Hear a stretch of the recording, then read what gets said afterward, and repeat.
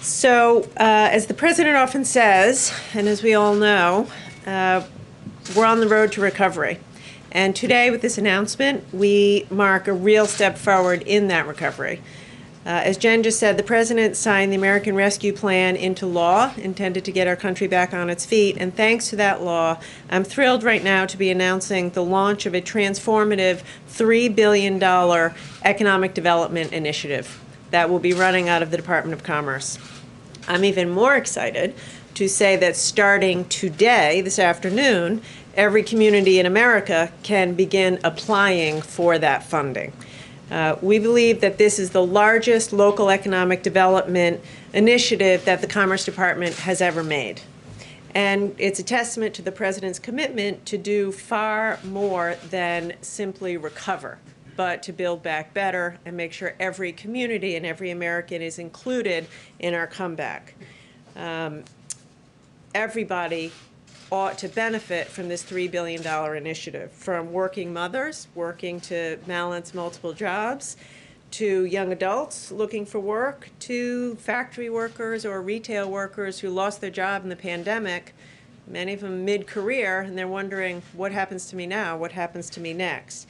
These funds, this initiative, has been specifically designed to make sure that we are going to be providing high-quality, real jobs for you and for your community.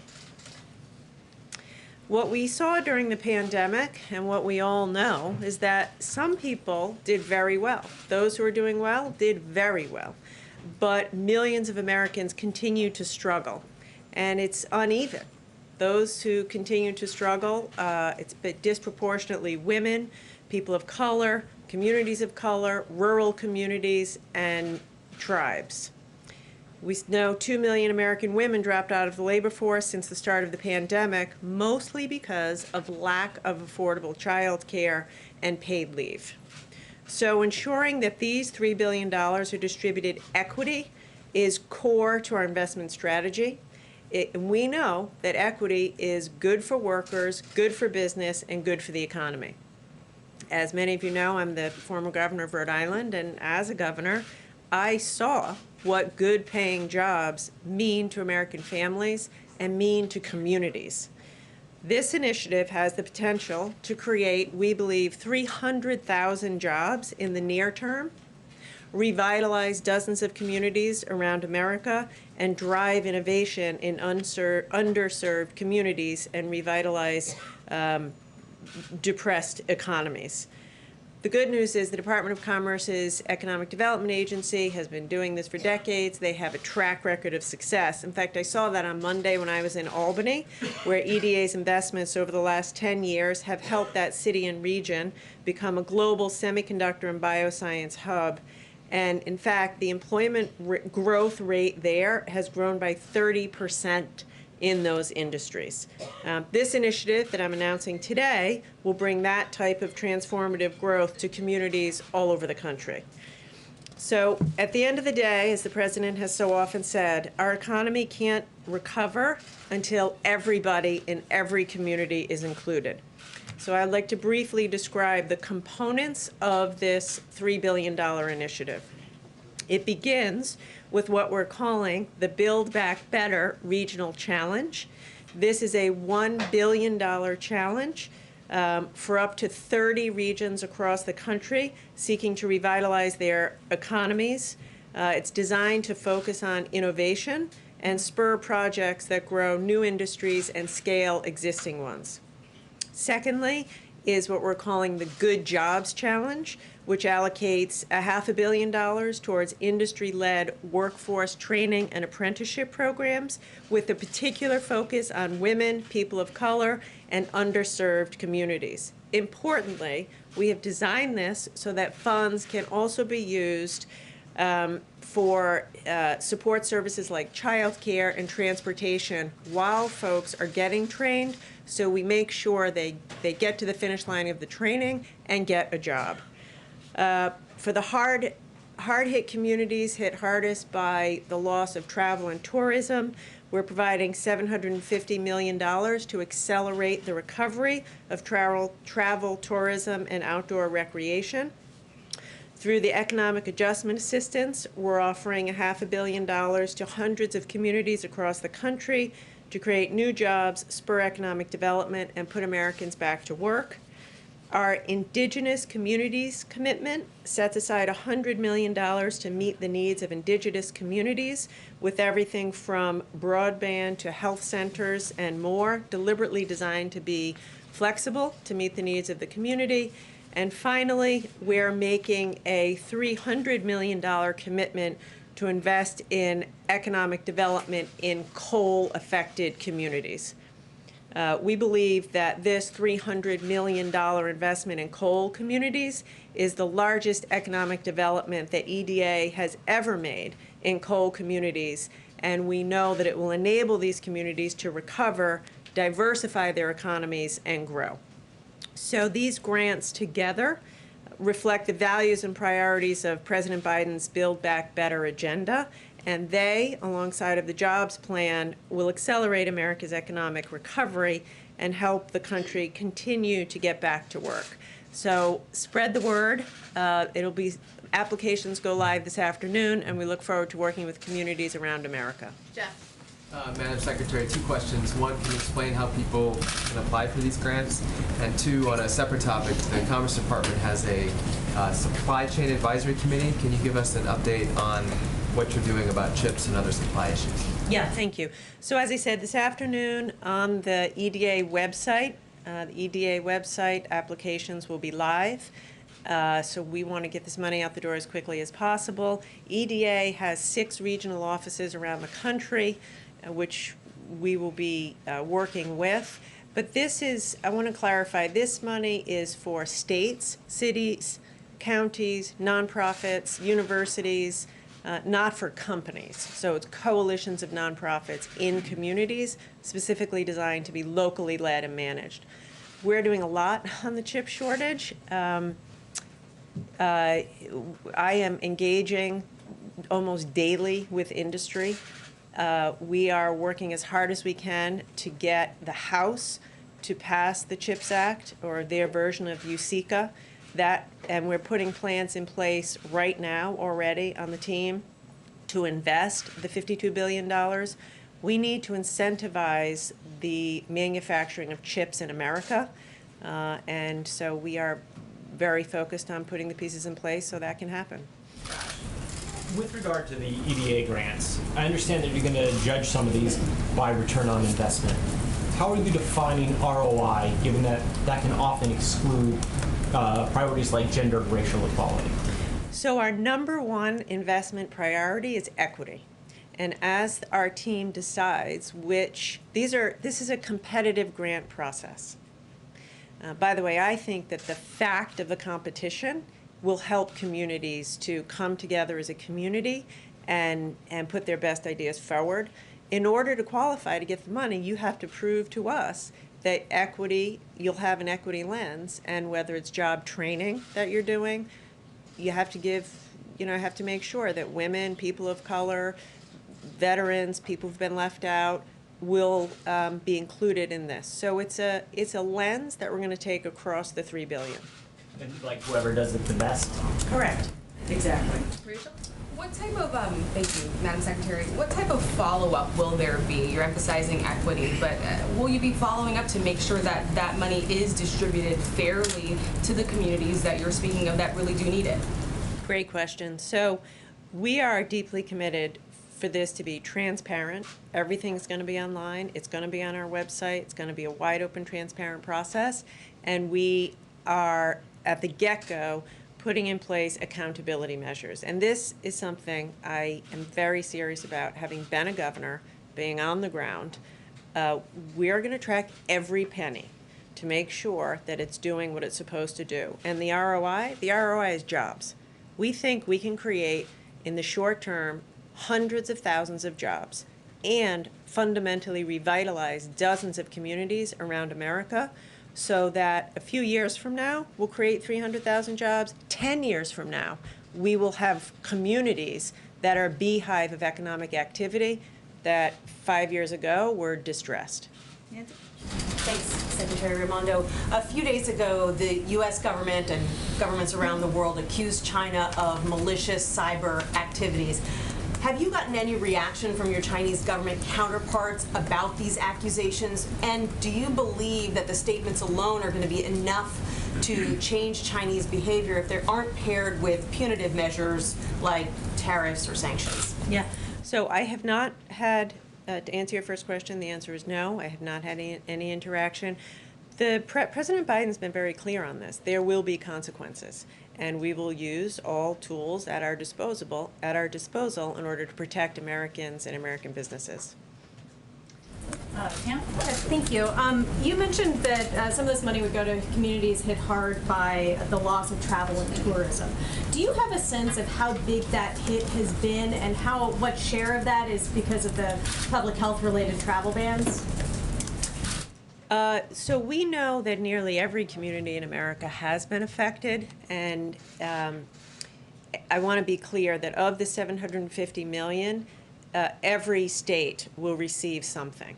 So $500 million is going out as quickly as we can in the next few weeks, and everyone will participate, and then 200 or so is competitive.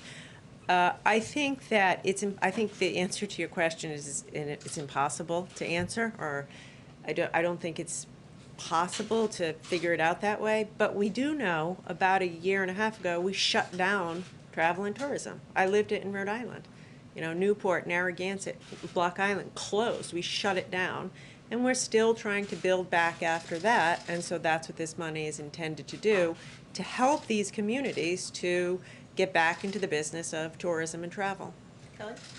How would you assess, Madam Secretary, the worker shortage that many employers are finding, where they're having difficulty getting back up, especially in some of the hospitality and tourist areas? It is acute. There is every business I talk to says that they need to find talent. So I don't know if I would call it a shortage per se. I would say there's a skills gap. And that's why we put so much money of this $3 billion, you know, $500 million of $3 billion is just for skill development, apprenticeship, high quality job training. What I hear all the time is from companies, we are ready to hire, but people need to have the skills. They need digital skills, cybersecurity skills, data skills, cloud computing skills. And so that's what we have to get at the business of. And by the way, we need to make sure that women and people of color and people in rural areas have those digital skills so they can get those good jobs. So that's what this is about, and that's what I hear most often from companies. Caitlin's going to have to be the last one. Thank you, Secretary. Last week, the President said he would have an update for us on international travel restrictions in a few days. Do you have any update on that, and do you believe it's time for the U.S. to reopen its borders? Yeah, I do not have an update on that except to say a couple of things. International travel is vital, and it's vital to commerce. And we are taking a methodical approach based on data and based on science. My primary message with respect to that and to the American people, get vaccinated. Like, increasingly, this is a disease of the unvaccinated. 97% of people in hospitals with COVID are unvaccinated. So if you're asking me, you know, what can we do to get our economy back on track? Get vaccinated. Because as more people do that, then we can continue to think about opening travel, going back into the office, et cetera. Thank you, Secretary Raimondo. We appreciate you. Thank you so much. Do I have everything? Thank you. I'm sorry, she's got to go. Busy day. Okay. Couple items for you at the top. This afternoon, the President will bring together leaders from both the labor and business community at the White House to talk about the critical need to invest in America's economic strength by passing the bipartisan infrastructure framework. While some of the participants at this roundtable may have sat across the negotiating table in the past, now they've joined together as part of of a broad coalition of labor and business leaders backing this plan, and they're joined in their support by bipartisan leaders in Washington, governors, mayors, and an overwhelming majority of the American people.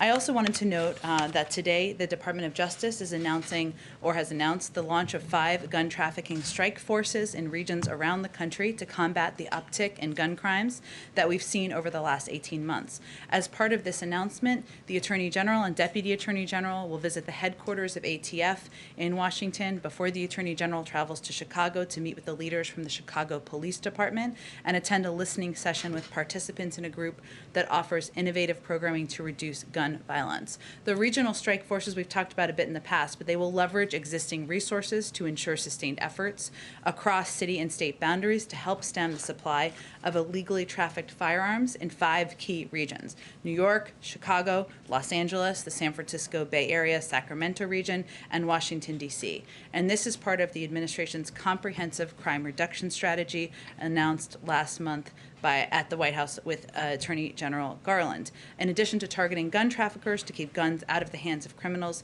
the president's plan bolsters local law enforcement efforts by giving them the resources they need to hire more police officers and engage in effective community policing. I also wanted to note that this afternoon the president will sign H.R. 1652, which will help strengthen and restore funding for the Crime Victims Fund, which has lost billions of dollars over the last 5 years.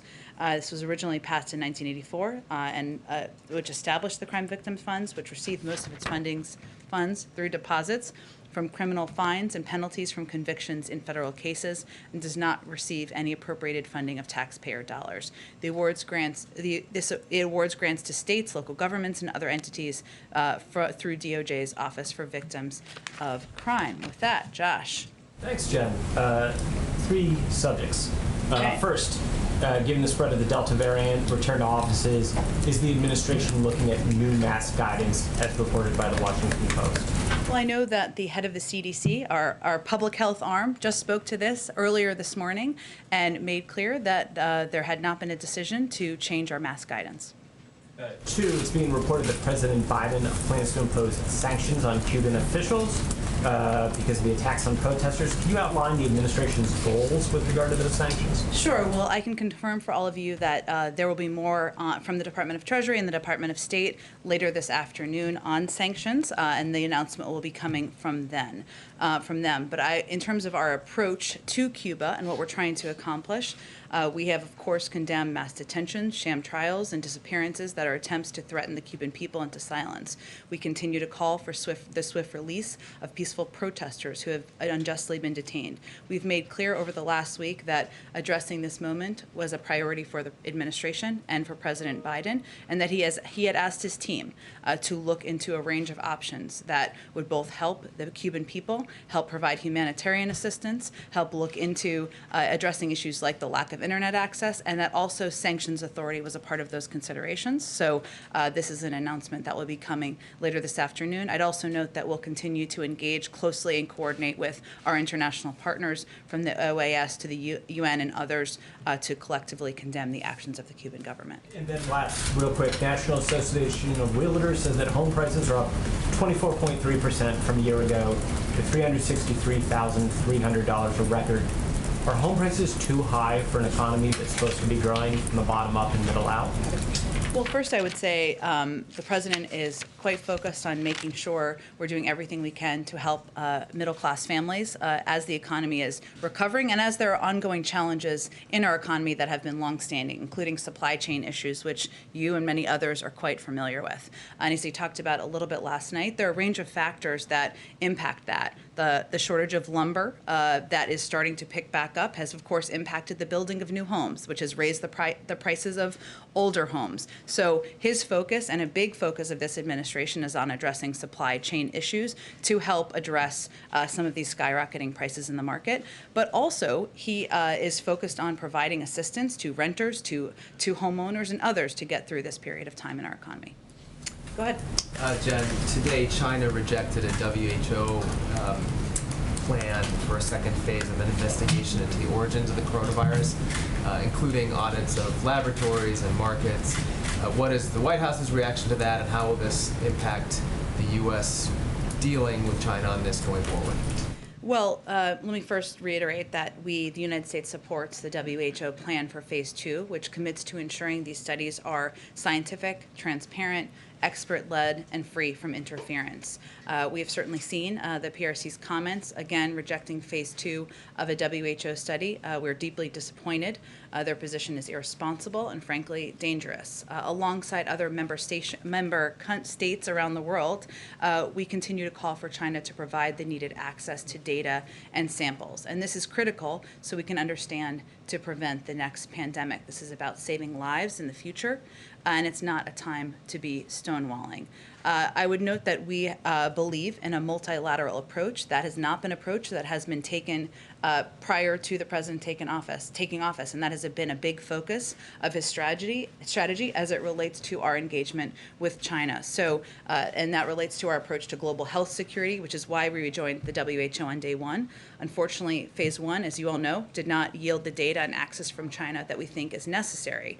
But our support for a multilateral approach and the Phase 2 plan is because it's rigorous and science-based. But most importantly, it's not just the United States calling for this. As a part of our renewed engagement and our efforts to build a coalition of support around the world with allies and partners, we're joined by the international community on this. Partners and multilateral organizations who are also calling for and pressuring China to be engaged in the second phase of this discussion. I would also note, I'm almost done, there's a lot to say about this topic. In Cornwall, at which many of you were with us for that trip, the G7 leaders together called for a transparent, evidence-based investigation, including in China.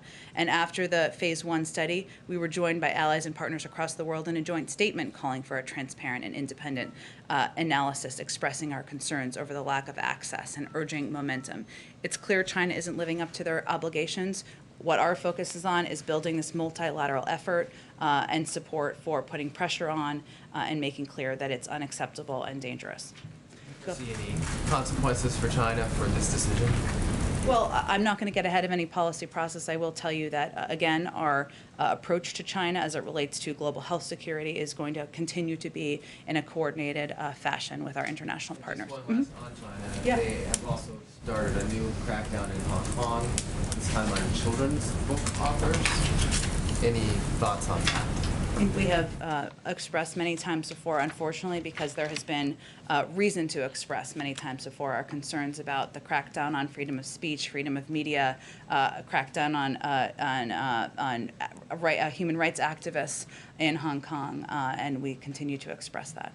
Go ahead. You mentioned there had not been a decision to change the guidelines on wearing a face mask for fully vaccinated Americans, but have there been any conversations within the administration about possibly changing those guidelines?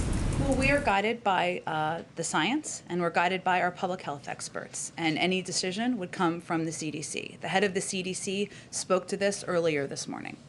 So conversations within the administration, that's what the Washington Post was also reporting. There were early conversations within the administration about possibly changing those guidelines. I've seen the reporting, but what I can tell you is that there has been no decision to change our mask guidelines. If any decisions about public health would be driven by the CDC.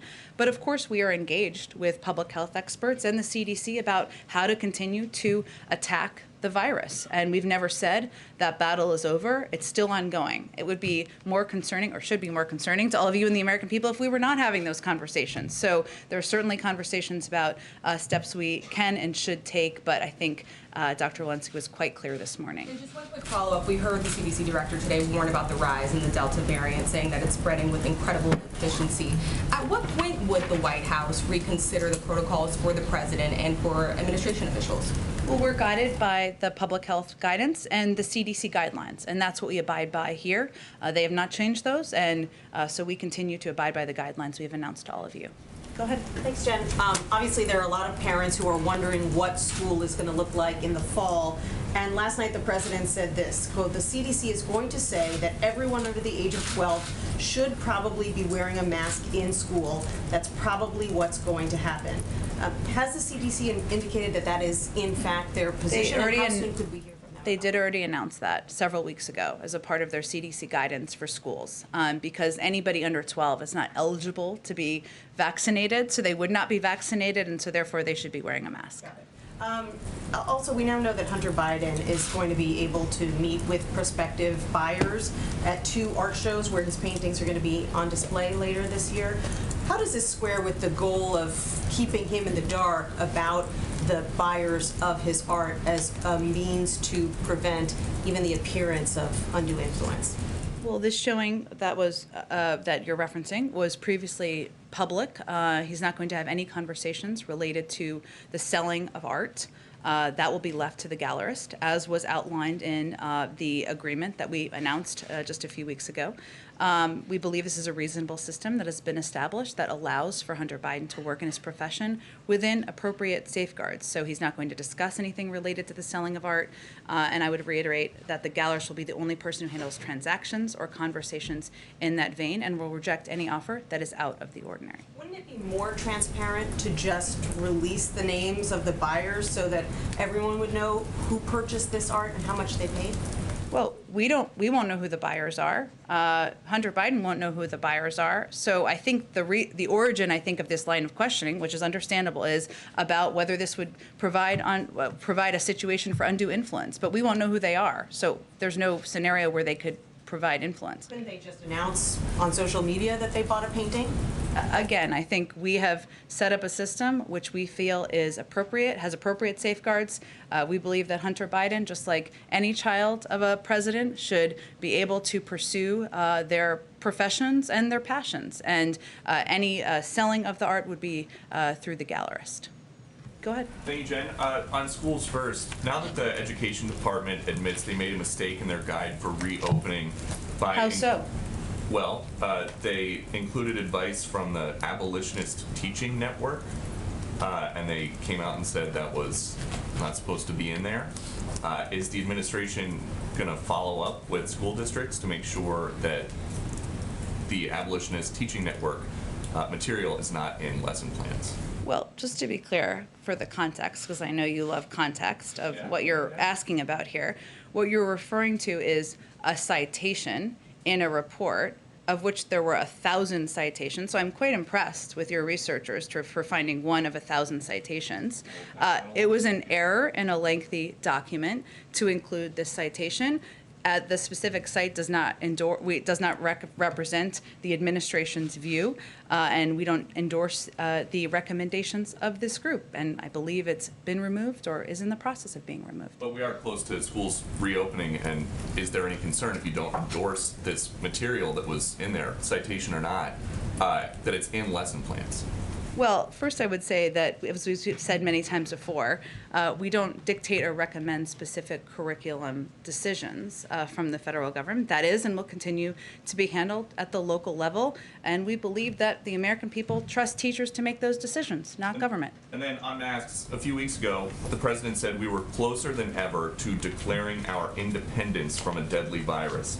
Is that still the case if you guys are now reportedly considering asking vaccinated people to wear masks again? Well, first of all, the CDC director, who oversees decisions along those lines and all of our public health decisions, made clear that that was not a decision that had been made just a few hours ago. So I point out that first. Second, I would say what the president was referring to and continues to talk about, as he did last night at a town hall, is that we're quite proud of the progress that's been made. People over 65, more than 80% are vaccinated. Almost 70% of adults are vaccinated. 162 million Americans are vaccinated. That is certainly progress. But we are still at war with the virus. We've never said that would be over. We've always said that we'd be continuing to focus on ensuring we're meeting people where they are and getting them vaccinated, keeping them safe. But the president said in May, vaxxed or masked. I think a lot of people got the vaccine because they were hearing him say, if you get the vaccine, you don't have to wear masks anymore. And that continues to be CDC guidance. And you can say that that's going to be the guidance forever. I am not the CDC director. I understand, but people don't care who tells them to wear a mask. They should care. If it's the White House, shouldn't they the care if CDC, it's a doctor, a medical expert, or a spokesperson? I think most Americans actually do care. It's the government. Okay. Kelly, go ahead. Is there a conversation about encouraging people to make the personal choice that Dr. Walensky talked about today, if they, for example, are vaccinated but live in a state with low vaccination rates or have other considerations? Is part of your messaging going to be encouraging the personal choice piece on mask wearing? Well, that is currently our messaging, right? So I would say that for communities where there are lower rates of vaccination, and as we know, that's really concentrated in only a handful of states across the country where most of the cases are coming from, as we've seen the rise in the Delta variant, which is more transmissible, and if you're not vaccinated, it is transferring, no question, more quickly across people. People should wear masks, and that is something we will continue to encourage leaders and civic leaders and educators and people who are trusted voices in communities to make clear. And those are vaccinated people you're referring to make the personal choice to wear the mask in those high-rate areas. That's what I'm asking. That's not the advice of the CDC at this point in time, so that is not a message we are conveying to people. Dr. Walensky said today that it can be a personal choice for the vaccinated. Of course, it can be. And some people make that decision because they are immunocompromised, because they have family members, because they just want an extra layer of protection, and we should all respect that. But it is not proactive guidance that the CDC is providing. Last night the president said you're not going to get COVID if you have these vaccinations. Why did he say that when that is not what the science says? Well, what the science says is that 97% of hospitalizations are people who are unvaccinated. So yes, there are cases of individuals who are vaccinated, to be absolutely clear, who do have gotten COVID. It is a very small percentage and a small number of people. And those cases, vast majority, are asymptomatic, and they have minor symptoms, which means that you are largely protected. That was the point he was trying to make last night. It's been a couple of days since we talked about the breakthrough case on the campus here, and that you acknowledged there were additional breakthrough cases. Can you give us now the number of breakthrough cases that have occurred during the Biden presidency? Well, I would say first that our medical experts, our health experts, have been conveying from the beginning, as have we, that there would be cases of individuals who are vaccinated who tested positive for COVID. There are 2,000 people who work on the campus, and of course, so that means that just statistically speaking, there will be people who are vaccinated individuals who get COVID on the campus. What I announced yesterday, or conveyed yesterday, was what our policy would be moving forward. But no, I don't think you can expect that we're going to be providing numbers of breakthrough cases, no. Really? That's not transparency to give us a number, not the names, but a number of these cases? You must have that information. Well, Kelly, I think, one, we're in a very different place than we were several months ago. The vast majority of individuals who are vaccinated who get COVID will be asymptomatic or have mild cases. Every individual at this White House has been offered a vaccine, and we have been very clear that we will be transparent with anyone who has had close proximity contact with the president or any of the four principals as deemed by the White House Medical Unit with all of you. And if they approve having their name released, we will also release their names, but we will protect their privacy. That will be our policy moving forward, and we understand and agree that that is in the public interest. Go ahead. Jen, last night at the CNN town hall, the president was asked by a restaurateur about the worker shortage that the Commerce Secretary just called acute. She described it as a skills gap, but the restaurateur said that he had, right now, job openings he can't fill, and he asked the president if there's anything that his administration can do to help him and his business. The president seemed to struggle with an answer. Is there anything that his administration can do to help that restaurateur or people who are similarly situated with this acute worker shortage? Well, first I would say that we have already implemented, and the money has gone out the door, continues to go out the door for our restaurant restabilization program, something that was a part of the American Rescue Plan and helped many hundreds of restaurants across the country stay open, reopen, and that was assistance that came from the American Rescue Plan that the president signed into law. I think what the president was noting is that at this point in time, it's also a workers' market. And in some places, it may be that you have to pay more wages in order to attract workers. We don't have all the details, of course, about his individual circumstance, but we implemented a major program that helped restaurants stay open, something we strongly supported, we advocated for as a part of the package. If I can ask a follow-up to the question about the president's son and the art gallery event. You said that Hunter Biden is not going to discuss anything related to the sale of his art. Is that a promise that has been made in writing? And if so, is that an agreement that can be made available to the public? I'm making that clear to all of you now, that that is an agreement that has been made as a part of this, as a part of these events. Is it in writing? I can check and see if there's more detail. Thanks. But I think it's pretty clear what the agreement is, so I'm not sure it's more complicated than that, but I will see if there's more to provide. Thanks, Jen. One on masks and then one quick one on the Fed after that. Dr. Fauci told reporters earlier today that there isn't enough research to know whether breakthrough cases can result in long COVID.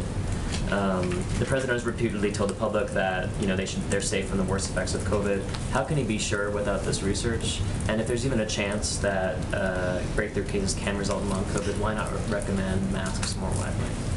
Well, I think what the president's referring to, one, we've seen some interesting polling over the last week. I believe it was a CBS poll that showed that vaccinated people in the country are more fearful about the Delta variant than unvaccinated people. That's clearly concerning to us because unvaccinated people should be more fearful. And what the president wanted to convey to people in the country is the impact and effect of getting vaccinated. So we also know statistically that 97% of hospitalizations are for people who are unvaccinated. And that the vast majority of cases are asymptomatic or have very mild symptoms, which the health and medical experts will tell you. That's true. There's still research about a range of components of the impacts of COVID over the long term, which our health and medical leaders will advise us on. They also have not changed their guidance on masks. That is not a determination that's being made from a political standpoint or from anyone in the White House. That is something the CDC and our health and medical experts are advising on, and they look at a range of factors. And just on the Fed, is the president concerned at all that choosing a new Federal Reserve chairman during a period of economic uncertainty and inflation could complicate the economic recovery or spook the markets? I just have nothing to preview for you in terms of the end of the term next winter. Go ahead. Oh, do you already ask? Go ahead, Jen.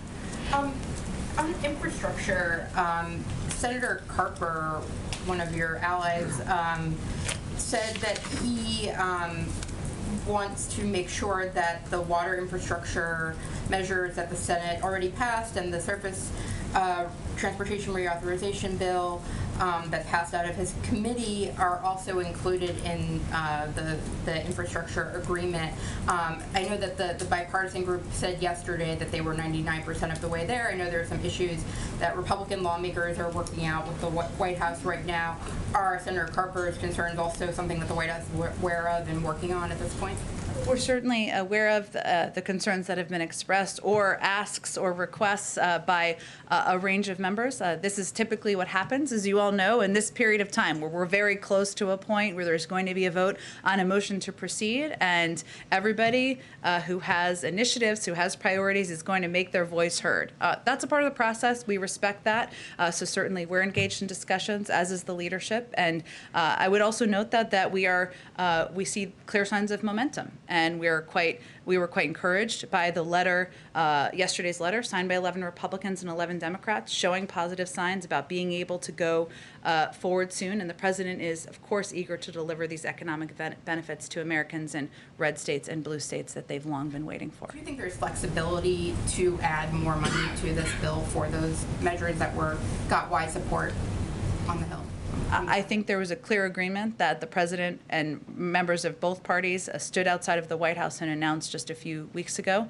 Of course, there will be final discussions over the coming days as they work to finalize the bill text. And just on the filibuster, the president said last night that getting rid of it would throw the entire Congress into chaos and nothing will get done, and that's sort of his justification for not getting rid of it, with maybe the exception of anything that can kind of be done along party lines, and perhaps this infrastructure bill as well, likely this infrastructure bill. Is anything getting done? Will anything get done, that can't just be done through reconciliation, once we get past this infrastructure thing? And or if things that can't get done are things like voting rights that are so big, or dealing with climate or immigration, is there really any difference between having the filibuster in place and getting rid of it, with sort of the president's justification for not getting rid of it? Well, first, the president doesn't make the decision on filibuster rules or parliamentary rules in the Senate. The Senate does, and he'll leave that to the Senate. It also requires the majority in the Senate to support a rule change. And so what he was referring to is simply what that process would look like, and the fact that there are some in the Senate who have said they would halt all business if that conversation were to happen. So in some means, he was reporting out what is publicly known about what the process might look like moving forward. I'll leave it to all of you to whip count on how many votes there would be for filibuster changes. You're saying that he's not engaging on this. He has continually talked about wanting to move back to the talking filibuster. Sure. So he is weighing in on a part of the filibuster. And he talked about that last night, and talked about the fact that it shouldn't be so easy to be obstreperous, I think is a word he's used before. I've wanted to use in here. And it shouldn't be so easy to prevent legislation from moving forward. I'll also note that, the president ran for office because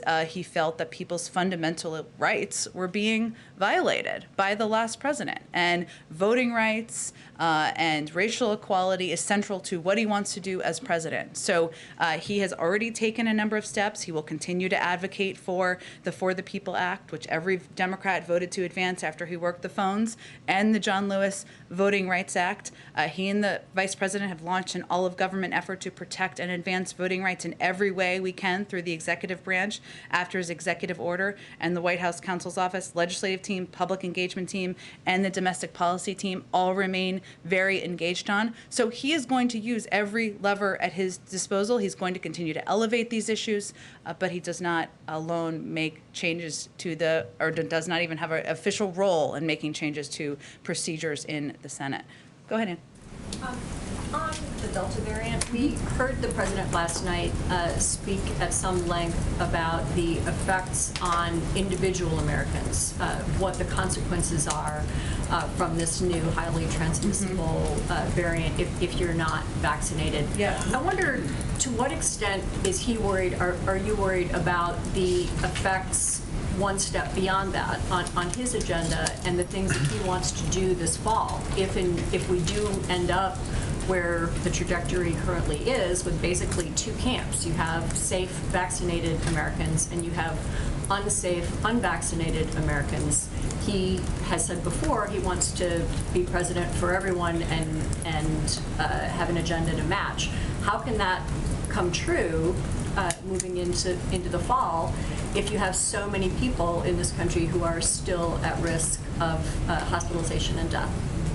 So I'm just trying to understand your question. How will back on the agenda? His agenda. In what way, though? Like his legislative agenda, or what? I mean, his general agenda for improving the lives of Americans across a variety of spheres, as he's talked about movingly several times, including last night. Yeah. What he wants to do. No, I just wanted to make sure I understood your question. So, look, I think that he said in the beginning, and he reiterated last night, that getting the pandemic under control, protecting Americans from the spread of the virus, continues to be his number one priority, and that he's going to govern for all Americans, Democrats, independents, Republicans, even people who did not vote for him. So one of the reasons that he did an event like the town hall last night, and one of the reasons why he speaks about what the dire impacts are of the spread of the most transmissible version of the virus we've seen to date, is because he wants people to be protected. We've seen in a lot of these states there has been misinformation traveling. There has been in some cases a political bent of who is and isn't getting vaccinated. Unfortunately, we don't want this to be a partisan issue. So he's going to keep at it. I'm not sure on his legislative agenda I don't know how to make that connection, but it will continue to be his priority moving forward. There's no question. On Iraq, the Iraqi Prime Minister will be here Monday. In April, the administration said that the U.S. and Iraq have agreed to eventually withdraw U.S. combat forces, and that talks would take place beginning then toward that end. Can you give us an update on where those talks stand and whether the president will be able to announce either a date certain or more specific plans about the withdrawal of U.S. combat forces on Monday? Sure. Well, I'm not going to get too far ahead of the meeting, which won't surprise you, but I will tell you that I will remind you, I should say, as Prime Minister Khatami stated publicly last week, even with the decreasing need for U.S. forces with a combat role in Iraq, his government is requesting continuing support from the United States and the coalition for training and enabling its forces, logistics, intelligence sharing, and other areas of security cooperation. We've responded to that request, and the discussions between our delegations have been extremely constructive and are ongoing. U.S. military forces are in Iraq at Iraq's invitation to support Iraqi forces in their fight against ISIS. We routinely discuss the activities of U.S. forces in Iraq and evolution of the mission. From the height of the ISIS campaign to today, where ISIS remains a threat, but major combat operations have ended and Iraqi capacity has increased significantly. So this is an ongoing discussion. I would note the Prime Minister's comments. Our delegations will continue to discuss, and we'll have more to say. I'm sure they'll have more to say after their meeting. Go ahead. Thank you. I'd like to ask questions on Tokyo Olympic Games. Sure. First Lady Jill Biden is about to attend the opening ceremony. But opening ceremony's creative director was fired yesterday over the Holocaust joke he made in the 1990s. Does the White House have any comment on that? Well, certainly we support that decision and disagree with his comments, offensive comments.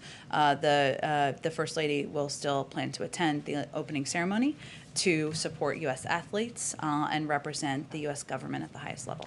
Thank you. Go ahead, Karen. Thanks, Jen.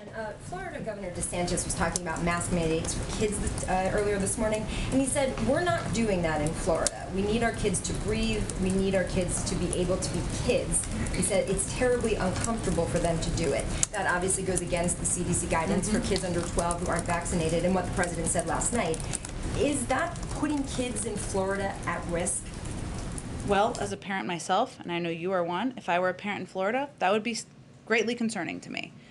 Because kids under the age of 12 are not vaccinated. They're not eligible yet. As the president said last night, obviously it's going to be led by the FDA, but certainly we hope that will be soon. But that puts kids at risk. It's not aligned with public health guidelines. We know masks are not the most comfortable thing. I will say my kids are quite adjusted to them, as I know many kids are.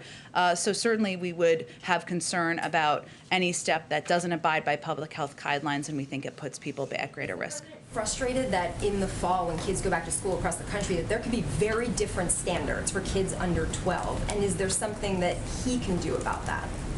Well, the president can speak out, as he did last night, about the risks of the Delta variant.